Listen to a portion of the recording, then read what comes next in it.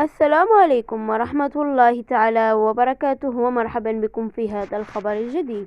المرجو الضغط على زر المشاركة ليصل إليكم كل جديد والإعجاب إن عجبكم الفيديو. وإليكم التفاصيل. عقد اجتماع عاجل بوزارة الداخلية لتنفيذ تعليمات الملكية تنفيذا لتعليمات صاحب الجلالة الملك محمد السادس نصره الله، قصد تنسيق الجهود لتقديم المواكبة والمساعدة الضرورية للساكنة المتضررة بكافة المناطق التي تأثرت نتيجة سوء الأحوال الجوية والتساقطات الثلجية المهمة الأخيرة.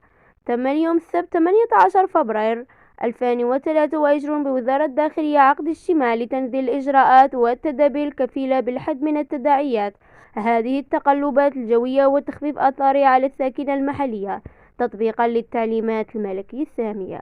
وقد تم هذا الاجتماع بحضور الوالي الكاتب العام لوزارة الداخلية والكتاب العامين للوزارات التجهيز والماء والصحة والحماية الاجتماعية والفلاحة والصيد البحري والتنمية القروية والمياه والغابات وانتقال الطاقة والتنمية المستدامة، وممثلين عن المكتب الوطني للكهرباء والماء الصالح للشرب.